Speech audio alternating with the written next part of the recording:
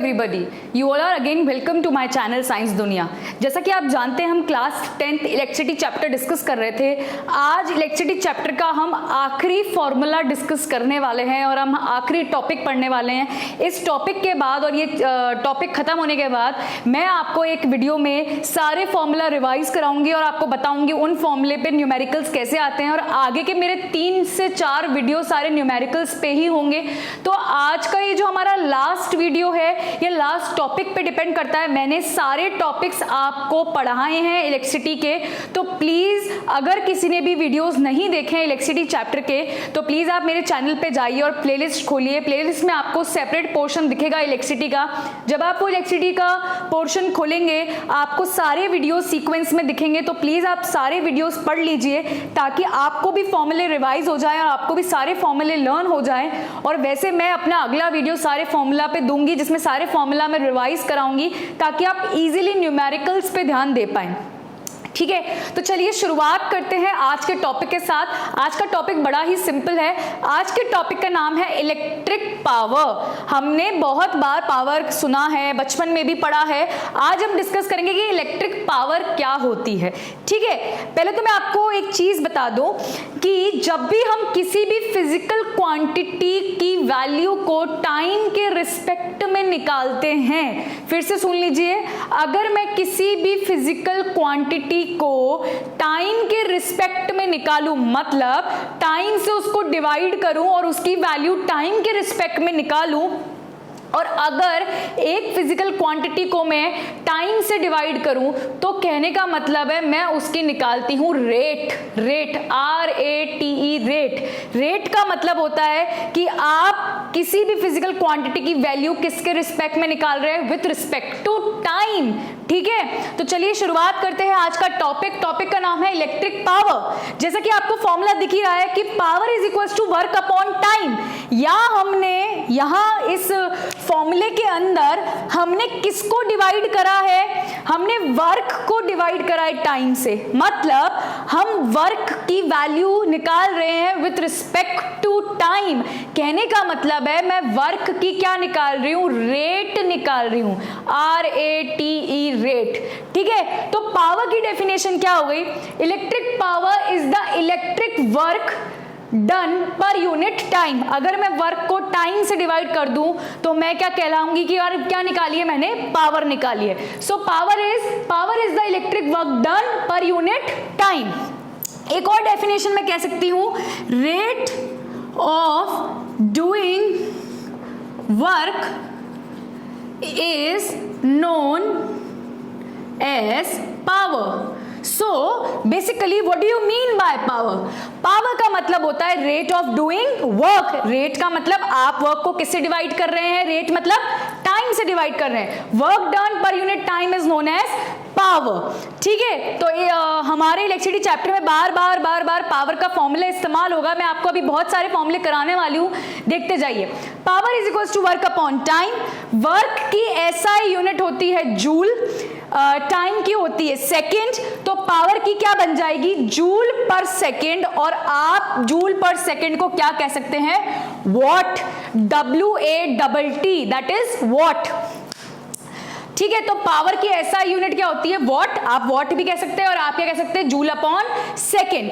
अब डिफाइन करने को आता है, what do you mean bye 1 what. Define करने को क्या आता है कि आप 1 वॉट की डेफिनेशन दीजिए। तो 1 वॉट का मतलब है कि पावर 1 वॉट है।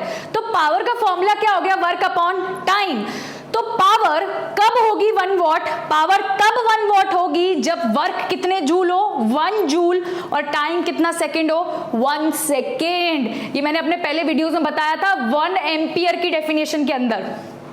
तो अगर वर्क कितने जूल हो जाए, 1 जूल, और टाइम भी कितने सेकंड हो जाए, 1 सेकंड, तो पावर भी कितनी आ जाएगी, 1 वॉट। तो 1 वॉट पावर कब आएगी, जब वर्क कितने जूल हो, 1 जूल, और टाइम कितना हो, 1 सेकंड। तो डेफिनेशन क्या बनती है, the power of 1 what is a rate of working of 1 joule. 1 joule work हो रहा है इन 1 पर सेकेंड का मतलब 1 सेकेंड के अंदर। ठीक है, तो आई होप आपको ये पोर्शन समझ में आ गया होगा। हम डिस्कस कर रहे हैं इलेक्ट्रिक पावर। पावर का फॉर्मूला होता है work upon time, SI unit होती है जूल पर सेकेंड और वॉट।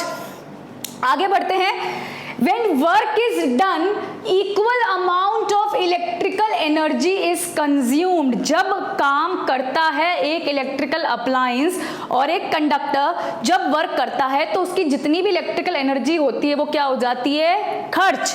तो कहने का मतलब है हम ये भी कह सकते हैं, जैसे हम बोलते हैं rate of doing work is known as power, तो वर्क तो सारा किस में बदल रहा है, in the form of electrical energy, और सारी इलेक्ट्रिकल एनर्जी खर्च हो जाती है। तो हम ये भी कह सकते हैं कि पावर का मतलब क्या है, so the rate at which electrical energy is consumed. भाई वर्क कब होगा, जब क्या खत्म होगी, इलेक्ट्रिकल एनर्जी।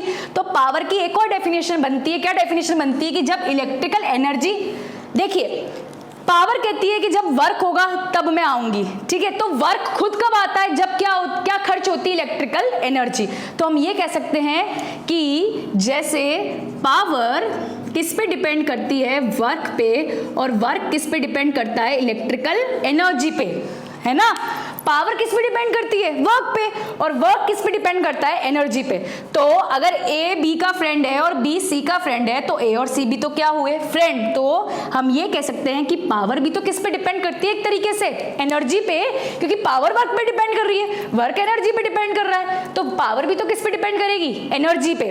तो हम ये कह सकते हैं कि what do you mean by power, power is the rate at which electrical energy is consumed. जितनी इलेक्ट्रिकल एनर्जी खर्च होगी उस रेट को क्या बोलते हैं, पावर, ठीक है। तो पावर का फॉर्मूला है हमारे पास, power is equals to work upon time, ठीक है। पावर का फॉर्मूला क्या है, वर्क अपॉन टाइम। चलिए अब मैं इस फॉर्मूले से आपको बहुत सारे फॉर्मूले अलग अलग सिखाने वाली हूं जो आपके काम में आएंगे न्यूमेरिकल्स के लिए, ठीक है। आगे मेरे अगले वीडियो में हम और बहुत सारे फॉर्मूले करने वाले हैं और मैं सारे फॉर्मूले रिवाइज करूंगी आपको चैप्टर के, ताकि आपको न्यूमेरिकल सेक्शन इजी हो जाए। आज तो हम डिस्कस करेंगे बेसिकली पावर का फॉर्मूला। तो पावर का फॉर्मूला होता है वर्क अपॉन टाइम। जैसा कि आप जानते हैं, इससे पहले वाले वीडियो में मैंने आपको बताया था कि अगर वर्क निकालना हो एक कंडक्टर के अंदर तो वो किसके बराबर होता है, कौन खिसकता है। वर्क का फॉर्मूला होता है फोर्स इनटू डिस्प्लेसमेंट। ये आप 9th क्लास से पढ़ते हुए आ रहे हैं, ठीक है, कि वर्क का फॉर्मूला है फोर्स इनटू डिस्प्लेसमेंट। एक कंडक्टर के अंदर कौन डिस्प्लेस होता है, क्यू मतलब चार्ज, और उसको धक्का मारने का काम कौन करता है, वी क्या होता है, पोटेंशियल डिफरेंस। तो यहाँ पे वर्क किसके बराबर होगा, ये मैं अपने पहले वाले वीडियो में बता चुकी हूँ कि वर्क किसके बराबर होता है, वी क्यू, ठीक है। जैसे फोर्स इनटू डिस्प्लेसमेंट होता है वैसे ही वर्क यहाँ इलेक्ट्रिसिटी चैप्टर में किसके बराबर होगा, वी इनटू क्यू, ठीक है। अब बहुत ध्यान से समझिएगा, करंट की वैल्यू क्या होती है, चार्ज पर यूनिट टाइम, ठीक है। मुझे निकालने किसकी वैल्यू, क्यू की, तो मैं आई को, टी को किसके पास भेज दूं, आई के पास। तो क्यू की वैल्यू कितनी हो गई, आई इंटू टी, क्लियर। तो बेसिकली मैंने किसकी वैल्यू निकाली, क्यू की। अब इस क्यू की वैल्यू को मैं यहां रख दूंगी, तो वर्क का फॉर्मूला क्या आ गया, V इंटू क्यू की वैल्यू मैंने अभी निकाली, I इंटू टी, ठीक है। तो देखिए मेरे पास वर्क का नया फॉर्मूला आ गया, वर्क का फॉर्मूला आ गया V इंटू आई इंटू टी।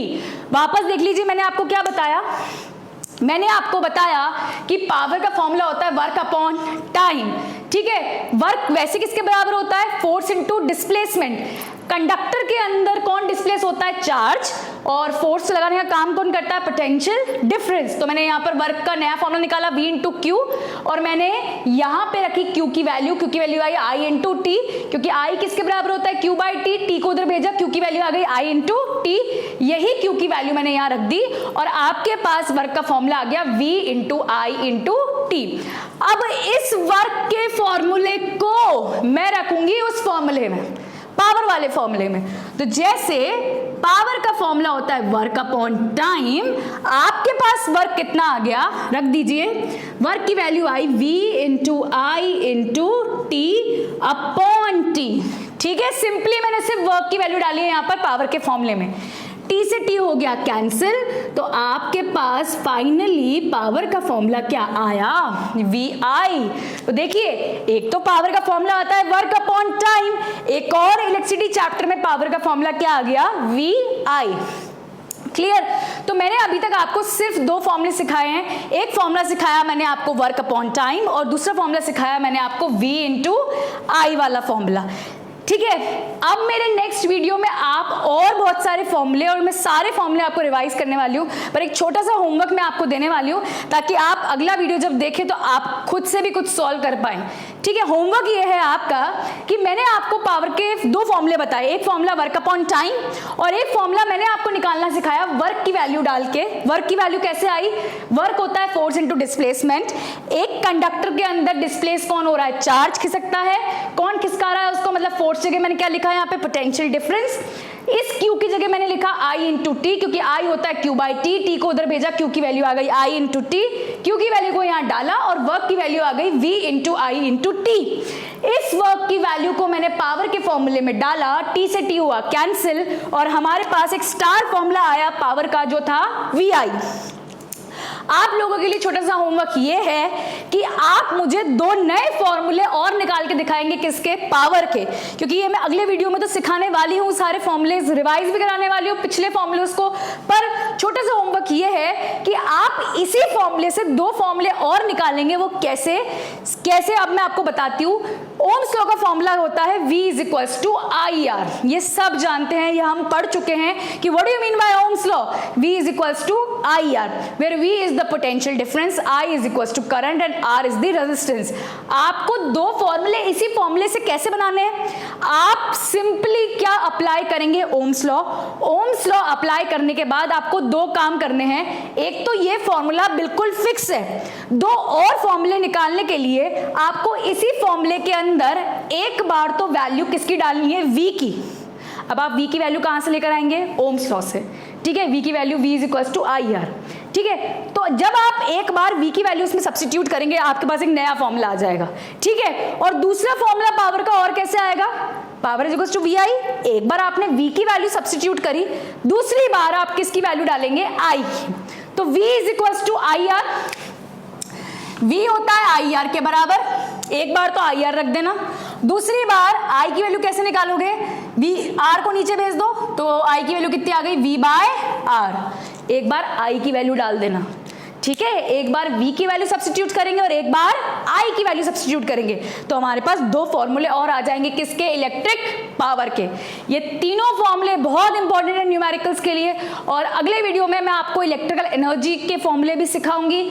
तो प्लीज सारे वीडियो कंटिन्यूशन में देखिए इलेक्ट्रिसिटी के, और कोई भी प्रॉब्लम आए तो प्लीज आप वो कॉमेंट सेक्शन में लिख सकते हैं। और अगर आपको ये मेरा वीडियो पसंद आए तो प्लीज इसको लाइक, शेयर और सब्सक्राइब जरूर करें एंड सारे इलेक्ट्रिसिटी के वीडियोस देखिए ताकि आपको न्यूमेरिकल्स इजी लगे। Thank you so much.